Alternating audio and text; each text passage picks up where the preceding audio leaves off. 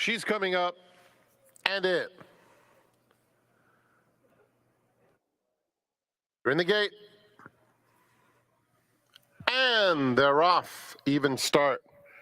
Raising Silver in the center is out very quickly. Riders Candy now moves through to challenge, and on the rail, here's Grazin' in the Sun, and Grazin' in the Sun is the quickest as they cross the dirt and get to the main course. Riders Candy now second, and Raising Silver third. Safa not far behind, 3.5 or 4 off the lead, followed by Putt for Dough down at the rail. Then it's Neezer Dalton, Vronsky Faint second to last, and Councilwoman Jilly at the back of the field. They have a half-mile left to travel, and it is Grazin' in the Sun controlling the pace, leading it by a length and a half to Riders Candy in second. Safa in the yellow colors is deepest of all. Putt for Dough moving through along the rail as they move around the far turn, and shuffling out of that a bit is Raising Silver back to fifth, 5 lengths off the lead. Then it's Neezer Dalton outside Vronsky Faint and Councilwoman Jilly. They turn for home. Grazin' in the Sun loose on the front end. Safa chasing in second. These two are dominating with a furlong left to go. It is Grazin' in the Sun, a length to Safa, closing gradually on her. Safa on the outside, or Grazin' in the Sun. Safa is right up to her late, and Safa has too much class and wins it by a half a length over Grazin' in the Sun. It's a photo for third. Went to Raising Silver outside Vronsky Faint and Putt for Dough.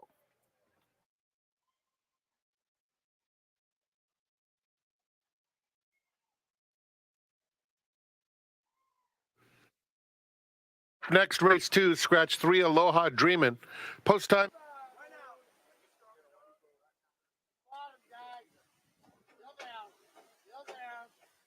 They're in the gate. And they're off. Hymnal is very quick away from there. Magic Tip, Wildcat Ride, Desert Rhapsody. They're all wanting early speed, and so it's 4 across the track with Magic Tip, the quickest, hugging the fence and going on to lead it by 2. Desert Rhapsody now moves into second, followed at the rail by Wildcat Ride, and Hymnal is fourth, but only 3 lengths off the lead. They come to the 6 furlong pole behind Magic Tip, who has it by a half length. Desert Rhapsody applying mild pressure second. Hymnal inches up outside of that pair, and Wildcat Ride is now at the back, some 4 lengths off Magic Tip, who passes the 5/8 pole, leading by a little more than a length now over Desert Rhapsody in second.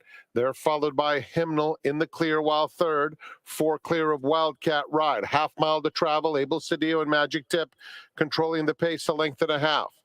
Desert Rhapsody is in second. They're followed by Hymnal, who now gets a nudge to try and get after the top pair, as Desert Rhapsody is right alongside her stablemate Magic Tip and traveling nicely. Desert Rhapsody, the new leader, coming to the quarter pole, leaving Magic Tip a length behind second. Hymnal with a lot of ground to make up. It's a distance to Wildcat Ride. They're a quarter of a mile from home, and Desert Rhapsody in complete control. Opens up 4 on Magic Tip, trying to hold second, and then Hymnal in third. Final furlong for Desert Rhapsody. Hymnal's trying to complete this exacta with a 16th of a mile to run. It's all Desert Rhapsody and Antonio Fresu, much too strong. Desert Rhapsody scores by almost 5 lengths. Hymnal up for second. Magic Tip finished third.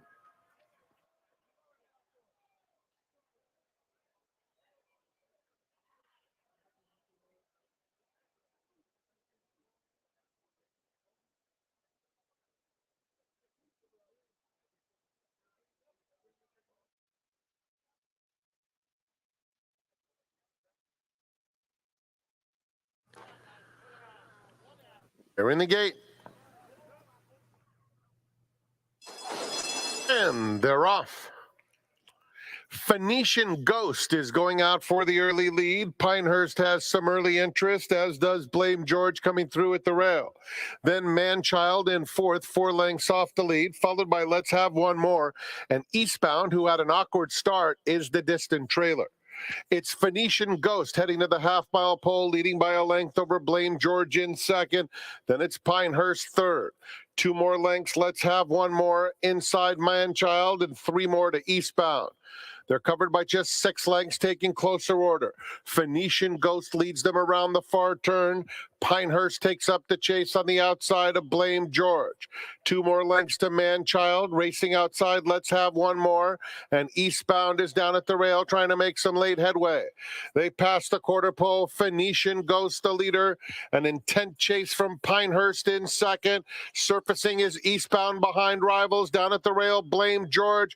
Final furlong, Phoenician Ghost clinging to the lead, holding on by 2. Blame George, Pinehurst are both chasing hard. It's Phoenician Ghost all the way under Edwin Maldonado. Pinehurst was second. Blame George third in front of Eastbound.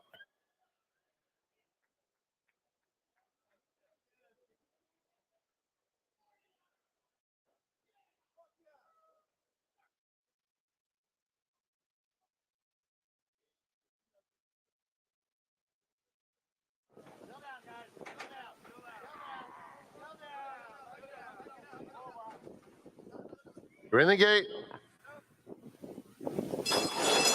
And they're off. Nice start for Jackstown. Leah's Candy comes through along the inside to challenge. And just behind them, it's Principe Carlo in third. Brazenly in the green is fourth, 3 lengths off the leader, and 2 more to Happy Sprinter.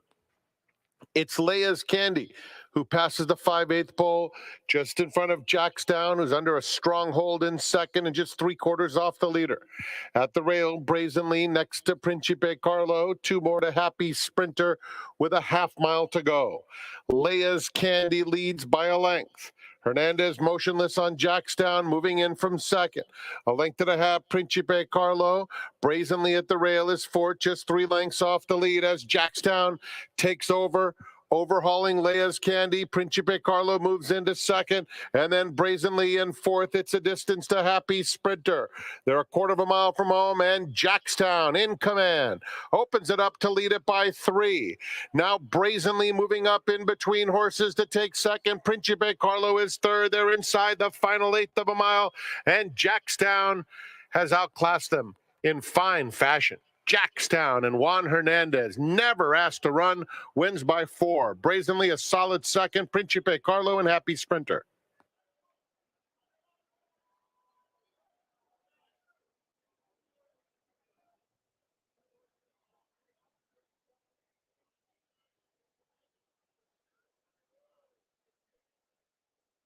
Six.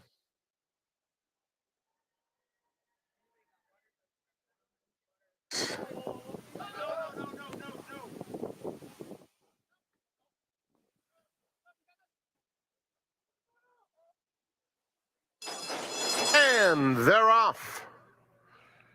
Nesso's Last Hurrah, Awesome Rhythm on the extreme outside, has early speed. Hard-Headed is in the mix too, as is Recipsa Locator, who now moves up to take second. Neon Lights comes through, takes third. They're followed by Tarantino mid-pack, 6 lengths off the lead. Kid Azteca is next. On the inside of Awesome Rhythm, an incredible shot is at the back. Less than a half mile to go, and it's Recipsa Locator leading it by 2 lengths. Nesso's Last Hurrah is in second. Neon Lights at the rail. Then Hard-Headed in fourth, 4 lengths off the lead. Kid Azteca advancing 3 wide in fifth, within 5 of the pacemakers. Then Tarantino down at the rail. It's a gap of 3 back to Incredible Shot and Awesome Rhythm.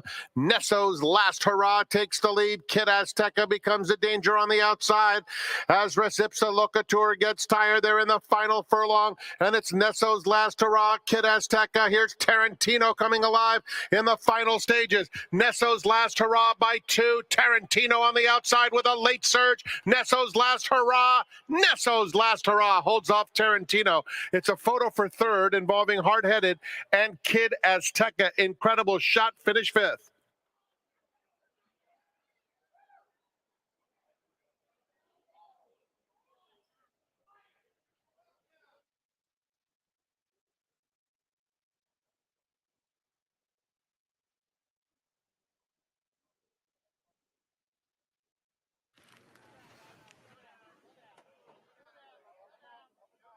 In the gate.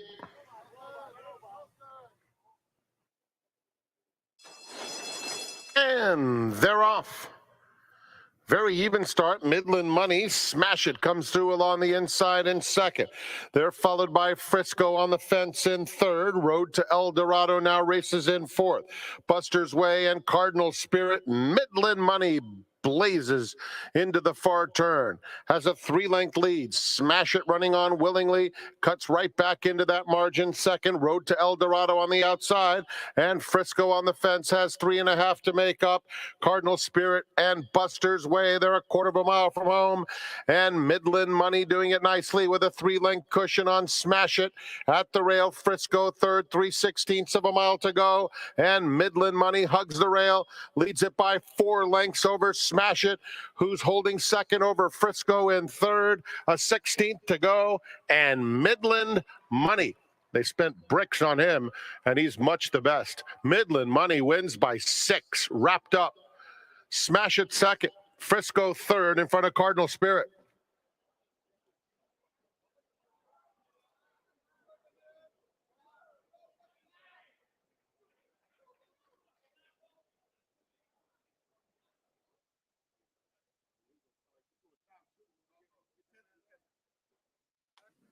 Backs away.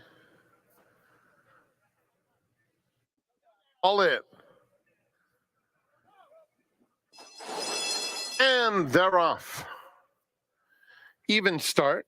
Moment's Pleasure, Sweet Layla Ray. Here's I'll Have Another Kiss Now. Flashing that speed and up to take command. Tizzy Twister now second. And Dendera comes through a joint third inside Moment's Pleasure with Lady Mary Lou just outside of them. Then Sweet Layla Ray, who's toward the back of the field. At the rail, Ashley Sandcastle is 6 off the lead. A 3-wide Hey Demp second to last, and Smart Monique at the back. Around the first turn, I'll Have Another Kiss. Breaks free to lead it by 3. Tizzy Twister second by 2. Moment's Pleasure in the red colors, comfortable in third, as is Dendera down at the rail. Another 3, Sweet Layla Ray and Ashley Sandcastle. They're followed by Hey Demps, who's eager between horses. Nowhere to go at this stage for Hey Demps past the half-mile pole. Lady Mary Lou just outside of her, and Smart Monique continues at the back. Frey Sue and I'll Have Another Kiss take them into the far turn, 2-length lead. Dendera eager along the rail. A 3-wide Moment's Pleasure. Tizzy Twister in between, coming under some pressure now.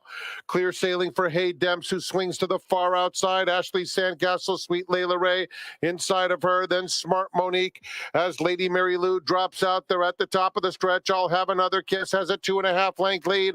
Moment's Pleasure is closing, just trying to straighten up, and Dendera still in this too. Center of the course, Hey Demps, a 16th to go. I'll Have Another Kiss digging in. Moment's Pleasure coming. Moment's Pleasure, I'll Have Another Kiss. I'll Have Another Kiss. Held on gamely.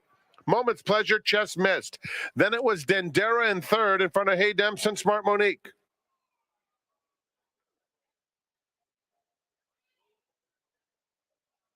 The 8th race starts the late pick 3. There are no changes. They'll be at the gate in 22 minutes. Now, and we're just waiting for Bonita Leona. All set. And they're off. True Friend is going to the front. Zizix is hard-ridden for early speed and does respond by taking the lead. Sweet Hello is up and on the pace, and a 4-wide Bonita Leona. Just behind them, it's DeJoria, who hopped in the air at the start and is now 4 lengths off the lead. The 2 trailers, Roman Empress and Flatter with Jewels, is at the back of the field. It's Zizix on the inside and True Friend on even terms. True Friend takes a narrow lead from Zizix. Sweet Hello in a perfect stalking position third, followed by Bonita Leona in the clear, while fourth, 3 wide, 3.5 or so off the lead. DeJoria is next, Flatter with Jewels, and Roman Empress as they come to the half-mile pole. It's True Friend. Zizix comes back for more along the inside. 2 more, Sweet Hello in third, followed by Bonita Leona and DeJoria. Flatter with Jewels, 5 lengths off the lead, and another 3 to Roman Empress into the far turn. It's Zizix and True Friend. True Friend on the outside, and Zizix have been trading punches. Flatter with Jewels starts to move in in, though, and Flatter with Jules just like that blows by both of them. As Sweet Hello takes second, the whole picture changes with a quarter of a mile to go. DeJoria's in fifth, and 3 deep. They turn for home. Flatter with Jules kept well off the rail as she takes command, opens up 4. Sweet Hello had no answer. DeJoria on the outside, Zizek's true friend, and all the others behind Flatter with Jules, who bounds through the stretch, overwhelming the competition and pouring it on. Flatter with Jules, 8 lengths when the smoke clears. DeJoria second, Sweet Hello third. Tight photo, very close, between Zizek's and Roman Empress to complete that super high five.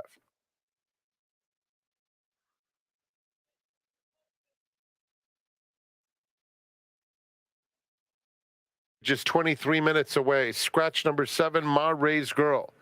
It is the beginning of the late daily double.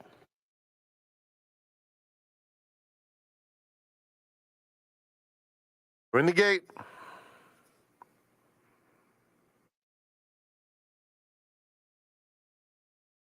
And they're off. Vidalera alert, running with the boys very quick, too. These two will hook up right down the hill. With Make It Snow 2 off them in third. It's a gap of 4. Back to Kitty Katana, Recito Rompere, and Customer List is at the back of the field. Running with the boys, loose on the front end, has a 3-length advantage on Vidalera in second. Then it's Make It Snow third as they string out. Down at the rail, Recinto Rompere inches up on the inside of Kitty Katana, and Customer List is just outside of them. Running with the boys comes to the quarter pole with a commanding 6-length lead. Vidalera in second. Kitty Katana inching up on the outside of Make It Snow. Recinto Rompere is just behind them, finding room between horses. They're at the top of the stretch, running with the boys, still with a big lead on Vidalera, chasing in second. Kitty Katana on the far outside. Make It Snow in between them, a 16th to go, and it's running with the boys. Running with the boys. That's 3 for Edwin Maldonado. Running with the boys. Just put that thing to sleep right out of the gate. Make It Snow was second. It's a photo for third between Vidalera and Kitty Katana.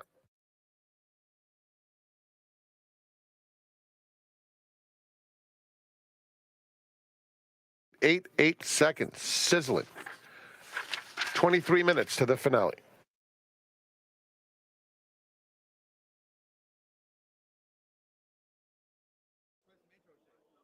All standing well. In the gate.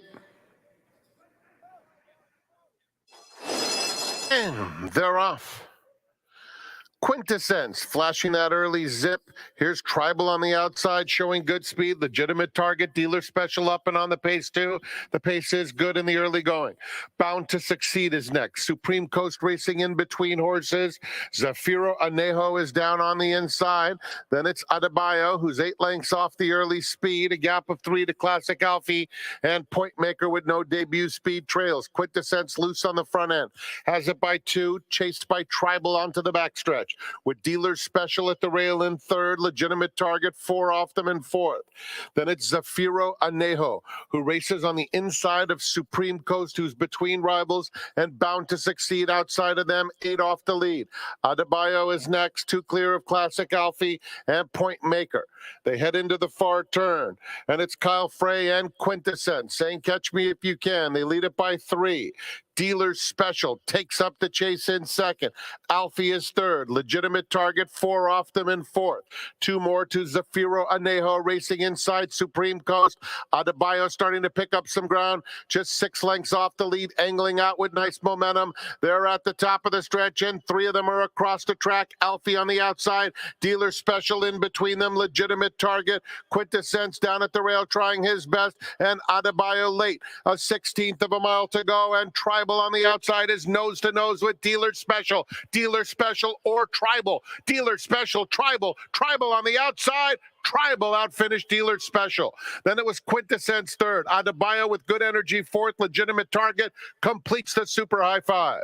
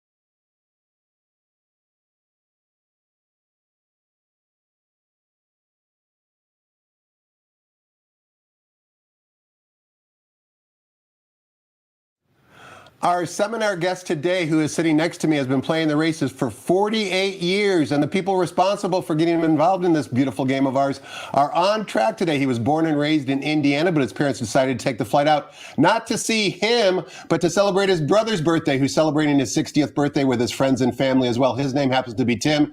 Our seminar guest parents' names are Tim and Pat as well. You know him as Chappie, but his real name, Jeff Chapman. Jeff, welcome to the seminar. Happy Saturday. Thank you. Happy Saturday. It's a great weekend, obviously closing weekend, but the whole family's out here celebrating my brother's birthday. Are they going to throw you a 60th birthday when the time comes? Probably not. No. I mean, no. If it is, it's going to be at the racetrack. Exactly. Yeah. But it's amazing. He had no idea what was coming till a couple of days ago. All he got was a boarding pass headed to L.A. Didn't think anyone was coming. Thanks to his wife, Chris, who coordinated everything. Yep. And about 18 of his friends flew out from Indiana. They were staggered along the way where he would figure out who was on the plane, who was next. Didn't even know my parents were here till we walked in the pool at the Le Meridian. Nice. So it's been a shocking turn of events. And they've been here since Thursday. So I think they've been having a heck of a good time. I'm just impressed. I think they're all here already, which is shocking. Even after the Dodger game last night, a lot of them drifted off into that neck of the woods. You had to handicap for the seminar, so you didn't join them, but they all got back safe and sound as far as you know? They're all here. Yeah. So I don't know how safe and sound they got, but I'm sure they went back, had a few more at the bar, but they're back. I didn't even know the Dodgers won. I was asleep before probably the fifth inning, but it's going to be a great day. I'm ready to roll. It sure is. As a matter of fact, I've called my shot already, Chappie. I've said there's going to be a pick six carryover heading into tomorrow, which of course is closing day, meaning there's a mandatory payout. That would be a great scenario, but it's not that far-fetched because you've done the work. There's a lot of maiden races, a lot of uncertainty. The favorites don't necessarily have to win. I think it's going to be a day where there's a lot of price possibilities. Yeah, I do too. 11 races, and it was a difficult sequence. As you know, when we put the picks up, you have to put 2 picks up for each race. Most of the races, I could go very deep. There's no obvious single, especially in the pick six. I think it's going to be a very difficult day. If we can get a couple sequences right, I think we can make some dough. But carryover wouldn't be the worst thing in the world going into tomorrow. And the early races that don't have full fields were obviously strategically placed there, including our feature race, the Possibly Perfect. It looks like there's only 3 runners in there that can win. It's smart strategically to place those races out of the later races for pick 6, late pick 5, late pick 4 purposes, because that's when most of the simulcast audience is joining us after all the races conclude back on the East Coast. Yeah, no question. Well done by the racing department here, and I think they put together a great weekend card, and especially today, very challenging. And I think we're going to hopefully come up with some prices. I had one price that just got a late scratch I'm a little upset with, but that's the way the ball rolls. You just got to move on. You got to be flexible as a horse player. Now let's talk to the audience about some of the other things you do outside of being the VIP player host here at Santa Anita. You certainly do a very good job getting VIPs in here to enjoy themselves and come back on a repeat basis. But you also host a radio show with my seminar guest from this past Thursday, Skip Pairing. Seminar Skip is what we affectionately call him. Tell us about what hour it appears on the radio, where people can find it. Give us some info. So it's on 8 a.m. to 9 a.m. Pacific on AM 830 on your AM dial. Every Saturday. Every Saturday morning. We did it this morning already at Angel Stadium. Which is really cool. Yeah, very nice. It's the Angel Station, which is why it's broadcast out of there. Correct. Right. Yes. ESPN Radio. And we drive out there every week. We do it it's on am830.net. on your computer. So you can listen anywhere in the world. Anywhere in the world. Angel's Radio app. If you put the app on your phone now, everybody can do that. My parents probably can't, but everybody else can figure that out. Now give them a break. They're in their 80s and they look tremendous, by the way. I know. They are so mobile. They're so sharp. It's great to have them on track because they never age. They've discovered the fountain of youth. They have. And they enjoyed the day there with you yesterday. And I think they'd rather be down in the Eddie Logan suite It's a again. little quieter. Yeah. Compared to where you guys are going to be hanging out today. Yeah, it's going to be a rowdy group today. But they do enjoy. My parents, got me involved in this game at a young age. Obviously, it's stuck. I've been doing it my whole life. But whenever they come out here, it's special, obviously.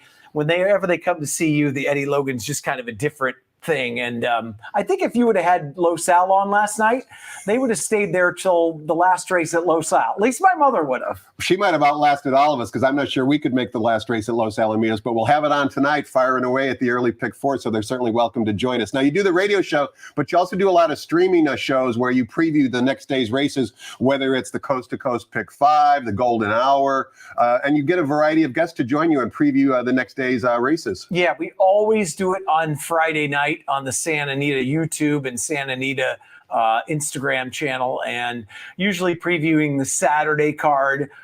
Obviously, you and I, we jump on some other shows as well, in the Muddy Media, some other things we're always trying to promote. We did a show last night, another one this morning. Now you and I are doing it again. I might need a nap before race 1, but we're going to keep rolling. And Chappie, we were talking before we came on air. We're not limping to the finish line. Yesterday's card, Thursday's card were solid. Today's card is solid. Tomorrow's card, 12 races beginning at 12:30 p.m., our closing day card on Father's Day. Another solid card. The horsemen are supporting the entry box. It's great to see their support, and hopefully this momentum can carry not only forward to Del Mar and Los Alamitos, but also when we return in late September. Yeah, it's really nice to see the full fields, and I think it's going to carry over into Del Mar and hopefully, like you said, into the fall. And, the last probably 3-4 weeks, the weekends, we've really had some good crowds. It's been nice to see some people and some young people coming back out. Tomorrow will be an explosion of young people with fathers coming out. All the dads want to be here. Yeah. And their children and their significant other don't have any say in the matter. So we'll see a lot of strollers and a lot of kids running around, which is great to see because this is a beautiful spectator sport. They don't need to know anything about gambling. I fell in love with the sport from a spectator standpoint and then learned the gambling side later. Yeah, and I think that's the way we all did it. Most of us learned young. It's a little bit more difficult. Now, obviously, there's so many more opportunities to wager on, whether it's the NFL, any kind of, with all the wagering apps. Now it's tough. But you got to work to get them out here, and then you got to work to keep them here. So I think, doing the Wagering Ambassador program we try to grab as many new people as we can each day and just expose them to something more than a person coming in, having no idea what they're doing, bet on a horse because their mother's name is that horse, and then they leave and go, that was nice, and never come back. Correct. So it's our job to get them here and then get them to come back. Jeff Chapman knows what he's looking at. He's going to tell us who he likes on today's 11-race card. But before we do any of that, let's toss the microphone over to track announcer Frank Miramati and get the early changes on today's Saturday's card here at the Great Race Place.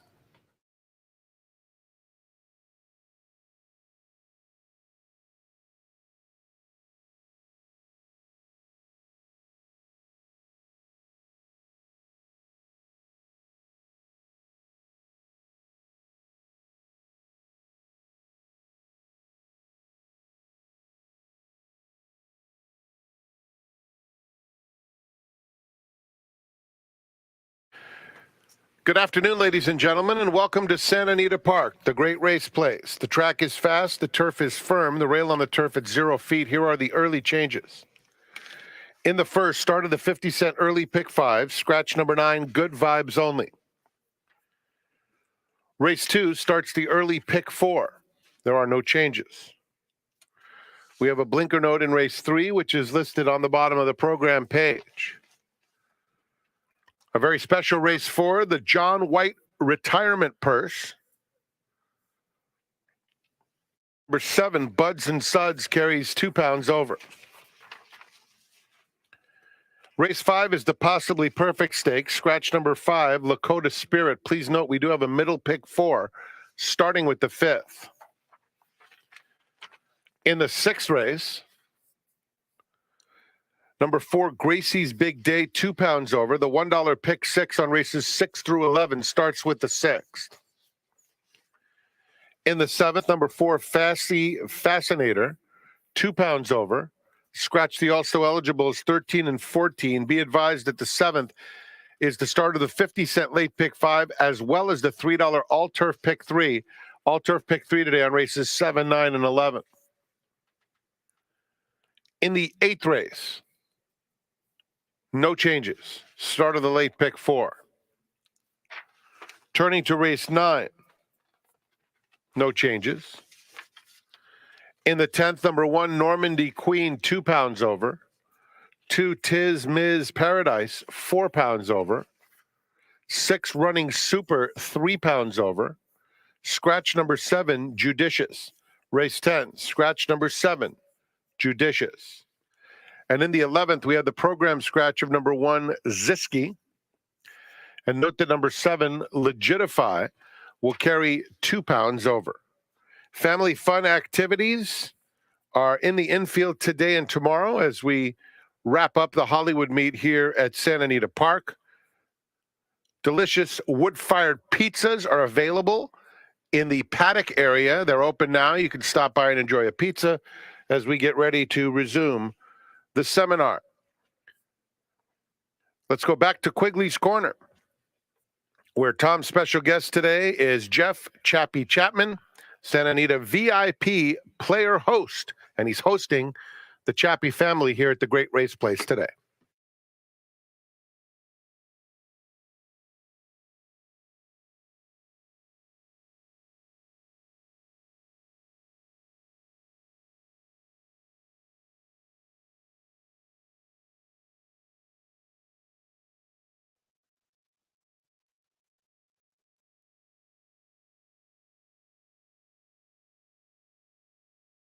We're talking horse with Jeff Chapman. He's the VIP player host here, right here at Santa Anita. He's also looked at today's 11 race card. A lot of great wagering opportunities that we've been talking about, Jeff. So let's dive right into it. Starting in race number 1, where we're sprinting 6 furlongs in the flat turf course. The rails today on the turf course are at 0 feet. Race 1 begins the popular 50-cent early pick 5, and this race is an allowance optional claiming race for Calbreds, non-winners of 1 other than. Scratch the 9, Good Vibes Only, leaves us with a field of 8. Original morning line favorite was number 2, Eddie's Last, but the current choice at 2-1 is number 5, Moon Ice. Ironically, they both exit the same race, as does number 3, Lemon Sushi. So we're going to watch the replay that Eddie's Last, Lemon Sushi, and Moon Ice exit. This replay we're about to watch is coming down the hillside turf course. This race today is a half furlong shorter, and as I mentioned earlier, on the flat turf course, the one that I want to bring your attention to is number 3, Lemon Sushi, who's going to break from post position number 5. He was basically the 5-2 betting choice and didn't have a very comfortable trip. He certainly maybe is better than what looks in the racing form. You'll also see Moon Ice set the pace and then kind of tired late. Eddie's Last tagged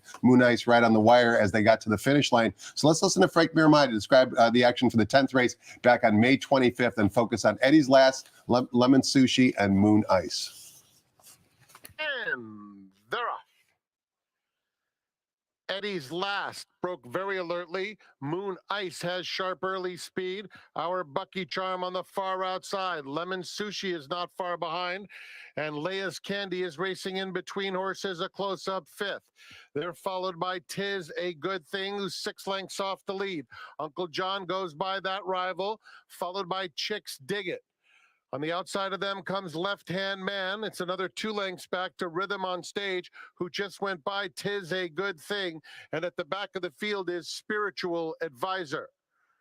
Down the hill, and it is Moon Ice showing the way. Prompted by Our Bucky Charm in second. Just behind them, Eddie's Last with the purple cap in third. Left Hand Man is inching up while very wide. Just behind them comes Leia's Candy. On the inside, Lemon Sushi there at the top of the stretch. Moon Ice, Our Bucky Charm head and head for the lead. Leia's Candy between rivals. Outside of them, it's Eddie's Last. They're in the final furlong. And Our Bucky Charm, Eddie's Last chasing gamely on the outside. Moon Ice is down at the rail. Late bid from Uncle John coming through late. It's going to be Our Bucky Charm. Our Bucky Charm wins it by 2. Photo for second. Eddie's Last was just in front of Moon Ice. And then it's another photo between Lemon Sushi. Jeff, the winner, Our Bucky Charm, trained by our friend Mike Pipey, certainly very talented filly, but Eddie's Last, Lemon Sushi, and Moon Ice all were kind of clumped together at the wire. I have a feeling you like at least one of those runners, then you put him on top. I put 2 of them in there, obviously, and I actually went 5-3, so that's Moon Ice on top and Lemon Sushi in second. I know when we watched that replay, you and I were talking about Lemon Sushi, who kind of got stuck on the inside and then bottled up all the way across the dirt and through the stretch. Correct. And I think got the worst of it there. That horse was also favored in that race. Like you mentioned, Our Bucky Charm, our man Sluggo Racing owns that. And they've had a good Hollywood meet. They have had a good Hollywood meet. And Paymaster for Pipey, and they're very high on that horse. I thought that horse had a lot of trouble. 6-1 as of right now is a very, very fair price on that horse. I did pick it second. The only reason being I picked Moon Ice on top They are shortening up. They're not going down the hill here. There doesn't look like there's a ton of speed in here. And so I think Moon Ice obviously could control things up front. The other thing that's interesting about Moon Ice is people always say when they take the blinkers off, it takes speed out of them. If you notice, Moon Ice took the blinkers off the last 2 races. It actually shown more speed. But I think the race goes between those two. It's a tough race. Eddie's Last had every opportunity to win, like you and I just talked about. But I'm 5'3", but obviously Lemon Sushi got the worst of it in that replay. Trainer Richie Baltus now has 3rd career start for Moon Ice in his barn, and the 82 Beyer speed figure that he earned last time out was a career best. We'll see if he can improve even more in today's first race. Race number 2 begins the 50-cent early pick 4. We're traveling 1 mile on the main track for $16,000 claimers, non-winners of 2 races lifetime. A horse named after perhaps either you or I, Big Drinker. Number 3 is trained by Steve Knapp, is the 2-1 morning line favorite. You're not a big drinker. No, but this is the perfect race for the name. Look who the race is named after. Yeah, I don't think my brother's even figured this out yet. But Tim, if you're up there, just open up the program to race 2, and that would be named after my brother. And how do you get the nickname Shot Boy? Shot Boy is... He's a big drinker. I think my cousin came up with that. But no, every time we're together, somehow Let's Do Shots comes up, and it never ends. No, so, it's not a good start or a good ending. Yeah, when you're named Shot Boy, I'm not sure if that's a Don't good bring thing him or not. Eddie Logan to watch the Los Al races tonight. He'll get us in too much well, trouble. we call that bonus coverage. We'll be down there. Don't worry about it. We got to work tomorrow. But if that isn't the perfect name for a horse in this race. I mean, the ultimate hunch play, Big Drinker. And I think obviously this horse fits anyways, right? So I did put Big Drinker on top. Has some tactical speed. Maybe the light bulb went on last time. 1 maiden 20s, the lowest we run out here, but it's not the toughest field in the world anyway. So Big Drinker is the horse to beat, I believe. My second choice is the 4 Hard Money Muchachos for Peter Miller, who's having a terrific meet. Sure is. JJ Hernandez jumps on board. I think that's a big jock switch.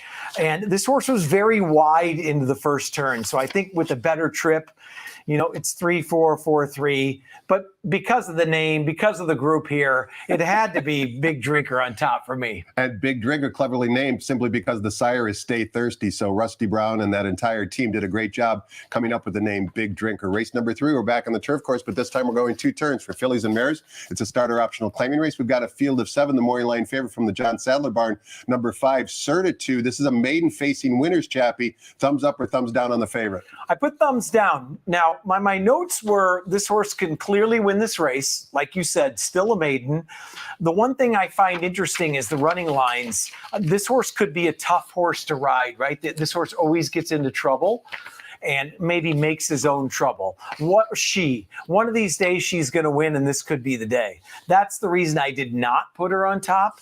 My top selection is the 7 Miss McWhinnie for the Doug O'Neill barn, who's been heating up, as you have known, the last couple of weeks. Miss Winnie was very wide into the stretch last time out, and not only won, but had a big gallop out. And I think this horse is on the improve. And that was first off the claim for Doug. He bumped it up into the maiden special weight rank. So I think Miss McWhinnie would be my top choice. And then on my second choice actually would be the 1, Cameron Slough. How do you pronounce that? We'll leave it up to Frank Miramati. All right, we'll leave it up to Frankie. I like that Free Sue jumped aboard here. Last time this horse closed into a very, very slow pace. They went, 49 for the half?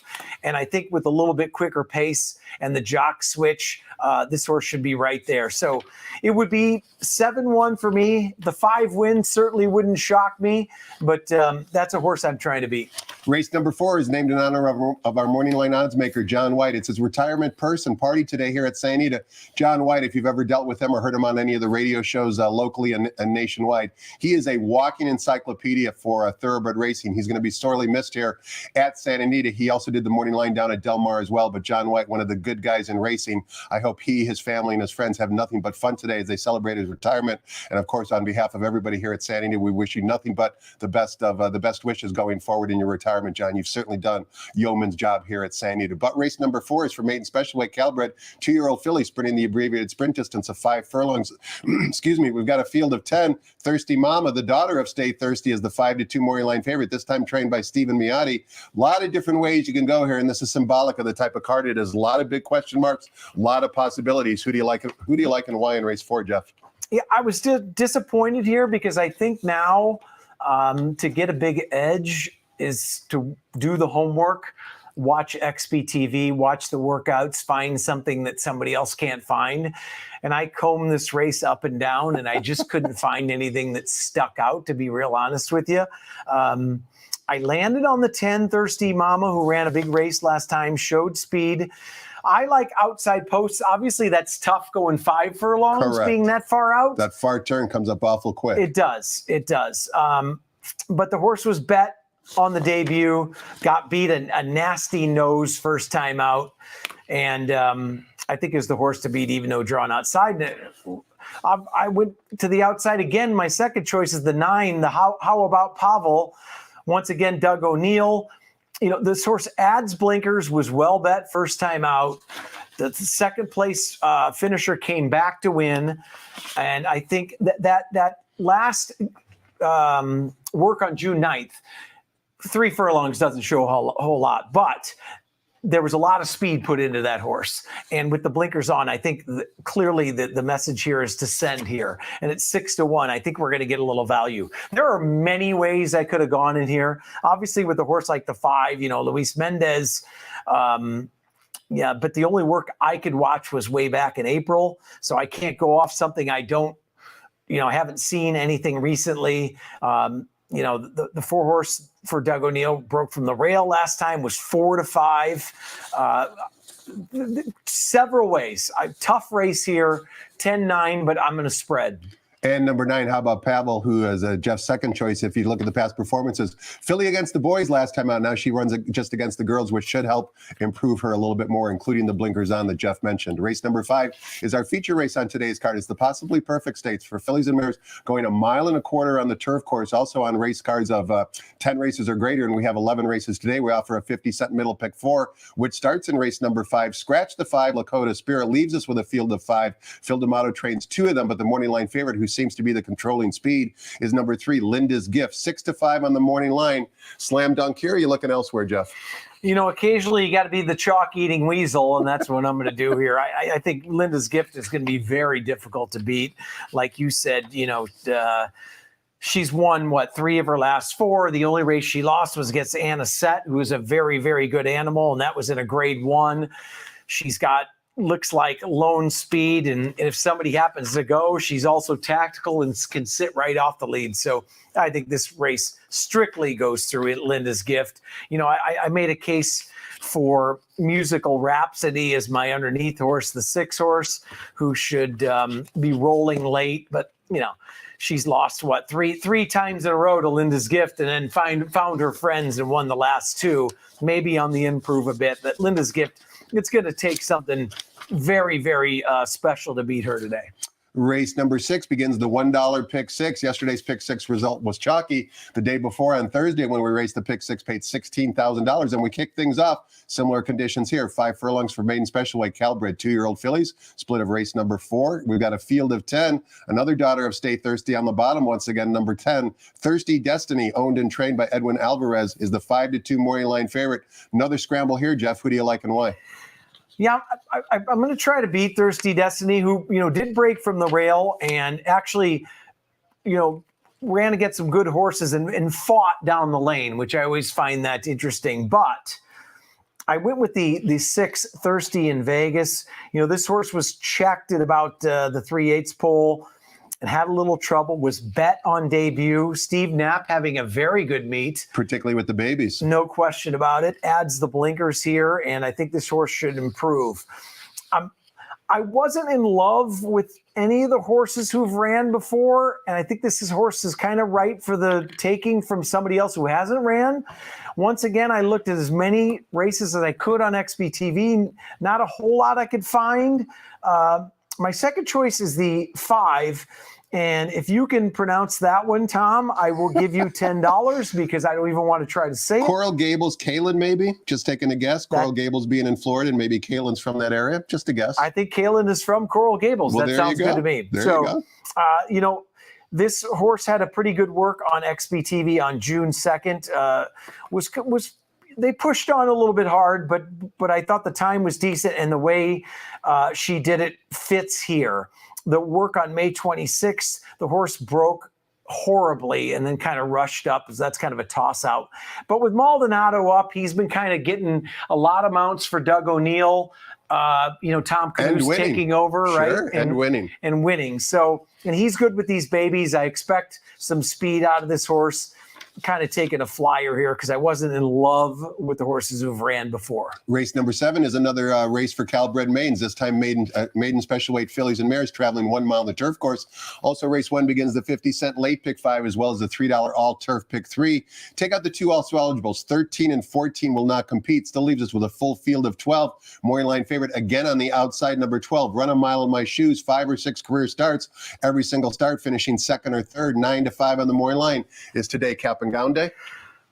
Maybe. I mean, I did not pick this horse on top because every time it's ran, we think it's Cap and Gown Day for her, right? Beaten favorite, 5 of the 6 career efforts, I believe. Correct. And the numbers kind of tower everybody else. She's working well. It's Mullins. It's JJ Hernandez. The horse gets bet every time. 3 back, ran against 2 next out winners. She probably gallops today, but you got to try to beat her in a race like this. I want to mention a few horses. My second choice is the 8 Miss Club Cali. I liked this horse the last time out after a good effort, and she stretched out the last time.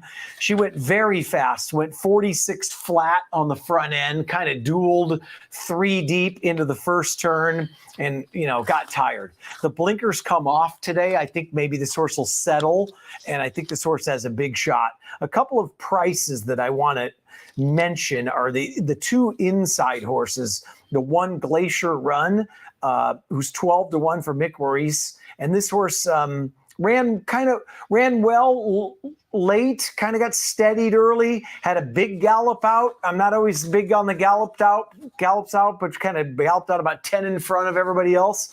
And even the 2 Nothings Forever at 20-1 in the debut had a brutal trip up north. They brought her down south.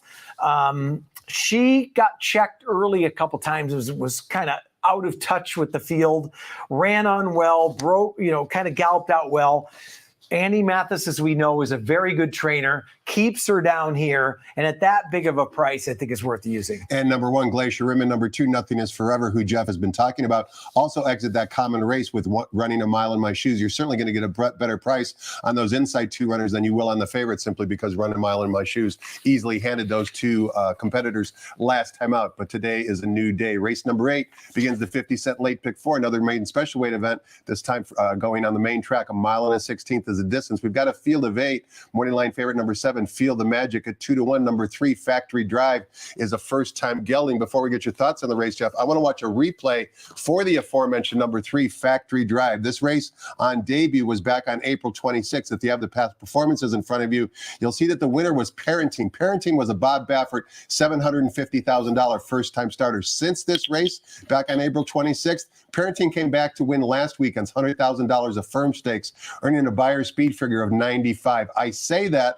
because when we watch this replay, I want you to watch the runner who breaks from post position number 2. That's the aforementioned Factory Drive. Factory Drive is going to be dead last, wearing the orange silks with Tyler Bays in the saddle. Jeff spoke about how he's not a big fan of gallop outs. Well, in this particular case, I am. You're going to see a tremendous gallop out from Factory Drive that's not in the past performances. So let's listen to Frank Miramati describe the action for this 5.5 furlong race and watch Factory Drive break from post position number 2 in the orange silks.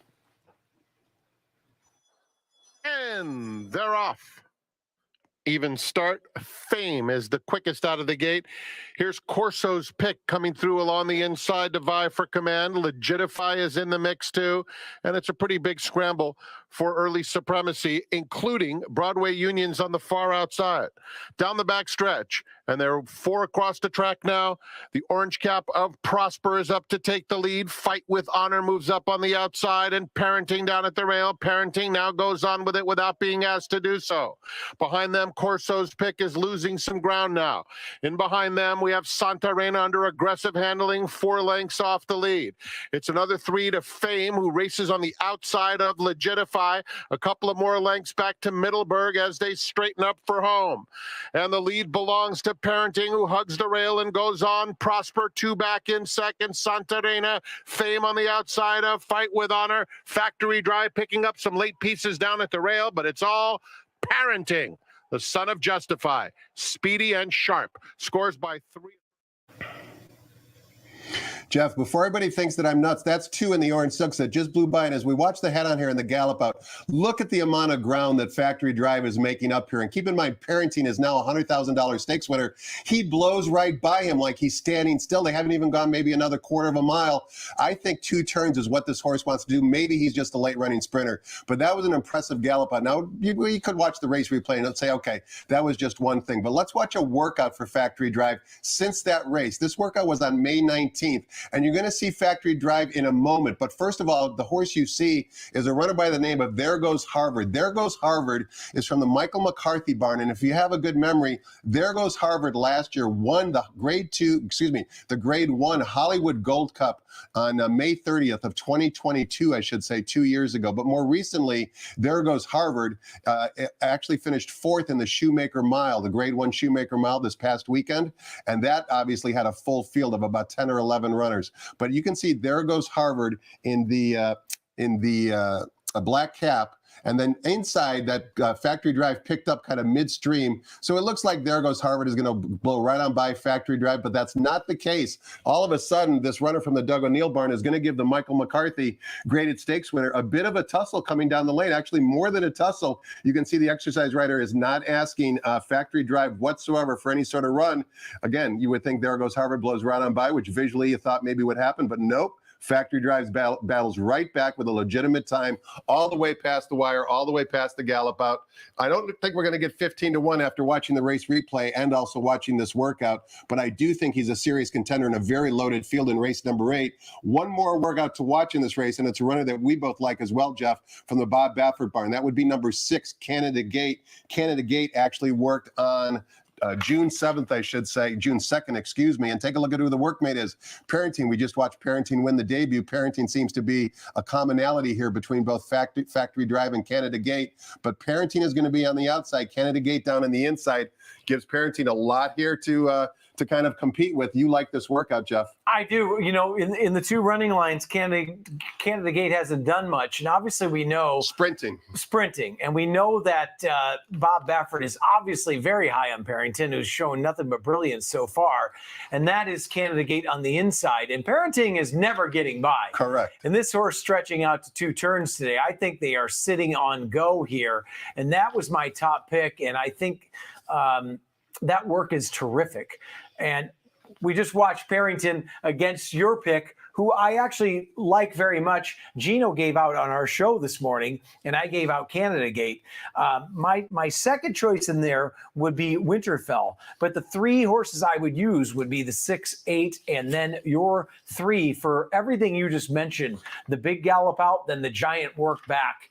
And I love when you did and what I did going back and you watch those works. It has nothing to do with the times. It's the way they did them and the visually watching them that gives you an edge, because a lot of people don't do that homework. And the value that you're going to get by watching this seminar, if you haven't done the work, is it's not apparent in the past performances. It's going to be buried in the past performances. You have to watch the replays and you have to watch the workouts courtesy of xbtv.com, which is why Jeff and I are such big proponents of both of those aspects of handicapping, because you're trying to get an edge on the betting public. Let's turn the page, take a look at race number 9.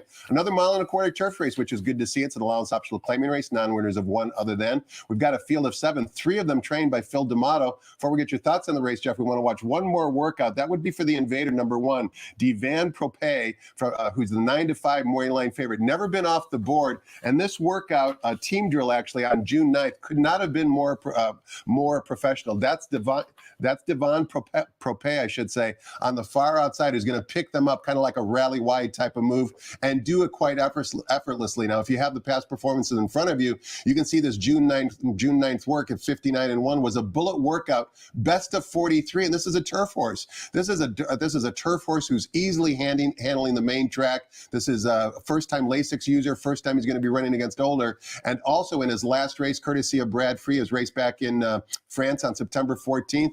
The winner of that race, where he finished a good third, came back to win a Group 2 race overseas earlier this year as well. So to me, Chappie, Devon Propé is exuding class here, as Trevor used to say, simply because the exercise rider is not asking him for an ounce of his ability. Yeah, I think that's a very good work. And like you said, it's also a dirt work for a turf horse and just galloping along. You know, I'm happy and sad about this work because there's another horse in this work that scratched in the next race that I was salivating to bet on. But back to what you say, Devon Propé is my top choice as well for that work alone. And I don't think that this race came up all that tough either, Tom. You know, I picked Midnight Joestar, who's honest and, you know, runs on. Obviously, Vladimir Serin does a great job for our friends at Slam Dunk Racing. But I think we found a good spot here for Devon Propé and should be tough to beat. And I think it's going to get bet as well. Race number 10 is a maiden special weight event for fillies and mares traveling 6 furlongs in the main track. As Jeff mentioned, scratch number 7, Judicious, still leaves us with an outstanding field of 11. The Maury Line favorite, returning off a September layoff of last year from the Bob Baffert barn, is number 11, Hope Road, 5-2 on the Maury Line. First-time Lasix user, ran against some Tigers last year. What say you about race 10? I say the next time Judicious shows up at Del Mar, bet that horse. So put it in your stable mail now. It's not even ran yet. I'm not happy. All right, anyways, we move on. Now I think get off my lawn. Yeah, exactly. Now I got to go eat chalk because I think the race goes through the 11 Hope Road. You know, look, this horse has been working well for Bob Baffert. Ran last year, ran second to Dua, then was favored against Tamara and ran second to Tamara. Then something went wrong in the Del Mar debutante, so this horse had plenty of time off. She's drawn outside. She's going to be, 3-5 in this field? I was really hoping to try to beat her with Judicious, but we can't. So this could be a single. I had to throw in a second choice, and I went with the 1 Normandy Queen. Don't like first-timers on the rail. You know, hopefully maybe Mike Smith will catch a flyer. This horse had a very, very good work on XBTV on June 8th.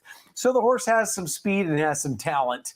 And there's a few others that can run in here. But this race, strictly in my eyes, now goes through Hope Road. We close out a dynamite 11-race card in race number 11, back on the turf course sprinting, 6 furlongs in the distance. Maiden claimers, $50,000 as the claiming tag. Take a look at this field size. A field of 12 after the scratch of the rail. Number 2, Quality Wins, a 5-year-old maiden, second off the layoff for trainer Mark Glad as the 5-2 Maury Line favorite. Great way to close out the card. We need a winner for a dinner, Chappie. Who's it going to be?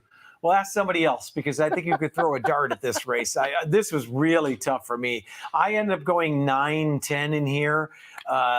Both horses drop, the ultimate drop from maiden special weight into the maiden 50. You know, Bartholdi, is that how we pronounce it? Bartholdi, yep. Bartholdi has tactical speed.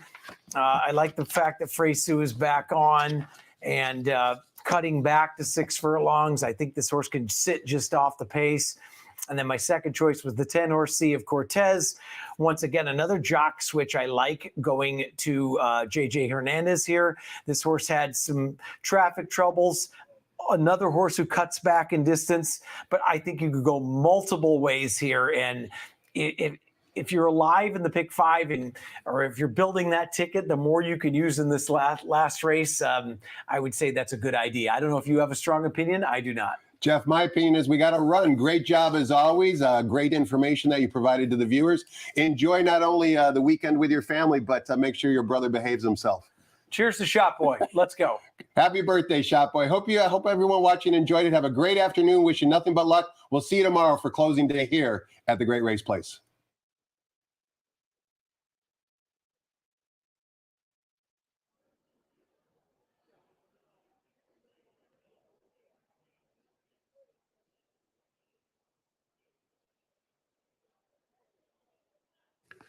Ladies and gentlemen, At this time, we direct your attention to the flagpole in the infield and the winner's circle as we welcome Carol Ann Kaufman, who will perform the Star-Spangled Banner. Carol Ann Kaufman is known around the world as the Whistling Diva. She is a two-time world champion and produces the Masters of Musical Whistling, the World Championships of Whistling in Hollywood, California. Born and raised in the San Gabriel Valley, you can see her on June 30th at the Monrovia Music Fest at Library Park in Monrovia. It's produced by Creative Being, Carol's nonprofit that produces events to inspire creativity and artistic self-expression. Check out MonroviaMusicFest.com and join her on June 30th at the Monrovia Music Fest. Please rise to honor America as we proudly present our national anthem.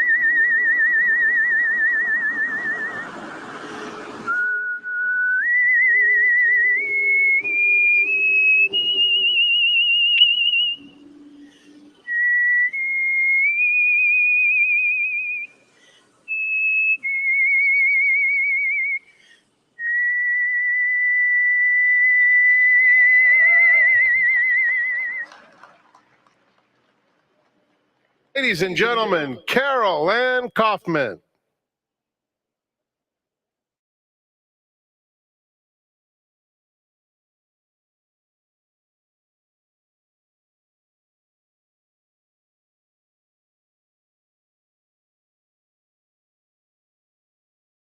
Good afternoon, ladies and gentlemen, and welcome to Santa Anita Park, the great race place. The track is fast, the turf is firm, the rail on the turf at 0 feet. Here are the changes. In the first race, scratch number 9, Good Vibes Only. It's the start of the early pick 5. In race 2, start of the early pick 4, there are no changes. Race 3, no scratches or jockey changes. In the fourth race, number 7, Buds and Suds, 2 pounds over. The fourth race today is the John White Retirement Purse. Race 5 is the Possibly Perfect Stakes. Scratch number 5, Lakota Spirit. In the sixth, number 4, Gracie's Big Day, 2 pounds over. Sixth race starts to pick 6. The seventh kicks off the $3 all-turf pick 3. Scratch the also eligibles 13 and 14. Note the number 4, Fancy Fascinator, 2 pounds over. Eighth race, no changes. There are no changes in the ninth. In the 10th, overweights, 1 Normandy Queen, 2 over. 2 Tiz Miz Paradise, 4 pounds over. 6 Running Super, 3 pounds over. Scratch number 7, Judicious. Race 10, scratch number 7. And in the 11th, program scratch of number 1, Ziski. Note that 7 Legitify will carry 2 pounds over. Enjoy your day at the Great Race Place, where post time for the opener is in 24 minutes at 1 p.m.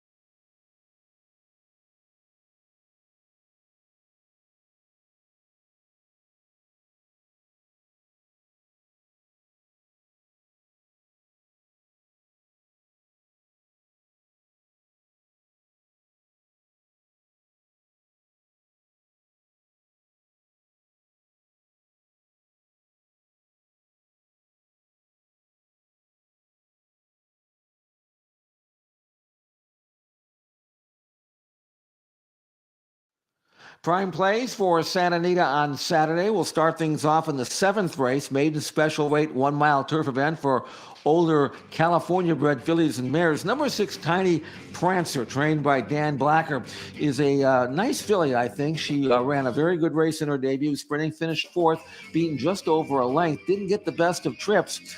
And now, after that promising run, she is stretching out to a mile. Now, normally I like the 2 sprints in a stretch-out pattern, but I think this filly is good enough to take this mile trip off that 1 sprint. And in a race that doesn't have a whole lot of pace in it, I wouldn't be surprised to see her on the lead. Nice filly at 4-1 in the morning line with Umberto Rispoli riding her back. I like number 6, Tiny Prancer, as my prime play in the 7th race on Saturday at Santa Anita. Jump ahead to the 9th race. This is a 1.25 mile turf event, first level allowance. Phil D'Amato has a very nice horse here, a gelding from France named Divin Propos, who arrives here with a series of very good workouts. Look at this work here.